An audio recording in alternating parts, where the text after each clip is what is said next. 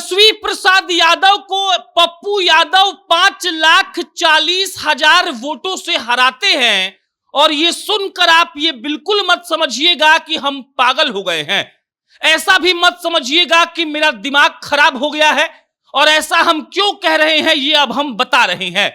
हमको खूब अच्छे से याद है कि जब पूर्णिया में हम ग्राउंड रिपोर्टिंग कर रहे थे तब तेजस्वी यादव वहां 2 दिन से डेरा डाले हुए थे।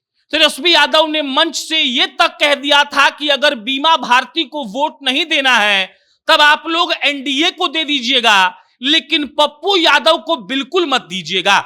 और वही पप्पू यादव जब तेजस्वी यादव के प्रत्याशी को 5,40,000 के ज्यादा अंतर से चुनाव हराते हैं तो हम जैसे पत्रकारों को लगता है कि इस पर एक स्पेशल खबर होनी चाहिए।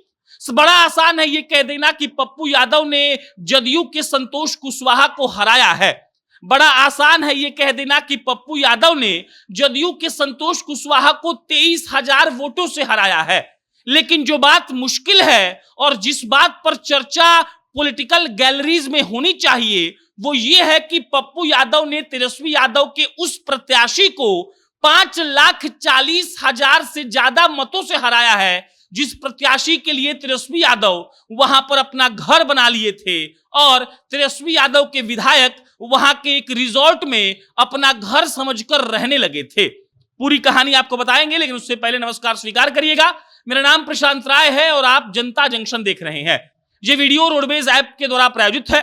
रोडवेज बिहार की एक ऐसी टैक्सी की कंपनी है जो आपको आधे किराए में पूरा बिहार घूमने का मजा देती है। आपको पटना एयरपोर्ट से बिहार के किसी भी गांव में जाना हो या बिहार के किसी भी गांव से पटना आना हो, आपको प्ले स्टोर पर जाना है, रोडवेज का ऐप डाउनलोड करना है, अपने राइड को शेड्यूल करना है और आप आधे किराए में पूरा बिहार घूमने का मजा ले सकते हैं। अब लौटते हैं पप्पू यादव पर। पप्पू यादव की जीत तय थी, मेरे हिसाब से इसीलिए तय थी क्योंकि हम पूर्णिया के गांव-गांव में जाकर लोगों से ये पूछ रहे थे कि भाई साहब इस बार आपका मुद्दा क्या है वोट देने का और आप किसको वोट देंगे। लोग बिना 1 सेकंड इंतजार किए कह रहे थे कि मुद्दा छोड़िए, इस बार उसको वोट देंगे जो हमारे मरनी में आता है, जो हमारे हाथ में नोटों का बंडल थमा कर ये कहता है कि भाई साहब और जरूरत पड़ेगी तो बताइएगा, आपका बेटा खड़ा है। और उस बेटा का नाम पूर्णिया के लोगों के हिसाब से पप्पू यादव था।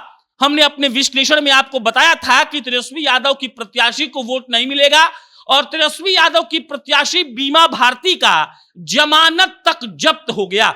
महज 27,120 वोट आता है बीमा भारती को और उस बीमा भारती को जिस बीमा भारती के पार्टी के लिए कहा जाता है कि एम और वाई तो इनके आगे एकदम खड़े मिलेंगे और एम और वाई इनको वोट करेंगे ही।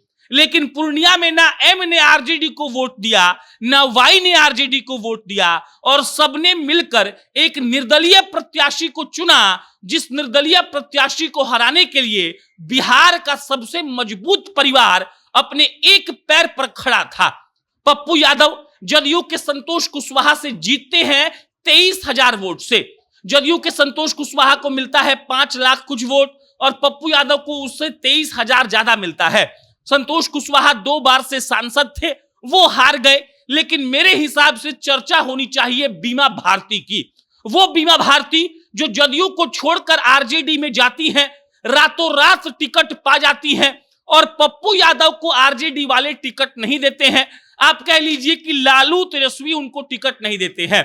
पप्पू यादव प्रणाम पूर्णिया नाम का एक शो करते हैं और उसके बाद सबको पता है कि पूर्णिया से पप्पू यादव सांसद रह भी चुके हैं।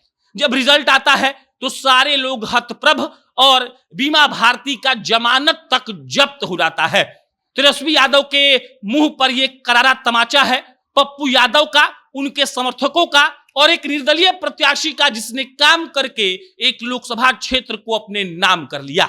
बाद बाकी पप्पू यादव को जीत की बधाई और साथ में हम ये कामना करते हैं कि पप्पू जी जिस तरीके से चुनाव के पहले भाषणों में कह रहे थे कि सब कुछ ठीक कर देंगे, तो आशा है कि सही में वो ठीक करेंगे। बाकी आपका क्या विचार है कमेंट बॉक्स में बताइएगा। मेरा नाम प्रशांत है। बहुत बहुत धन्यवाद।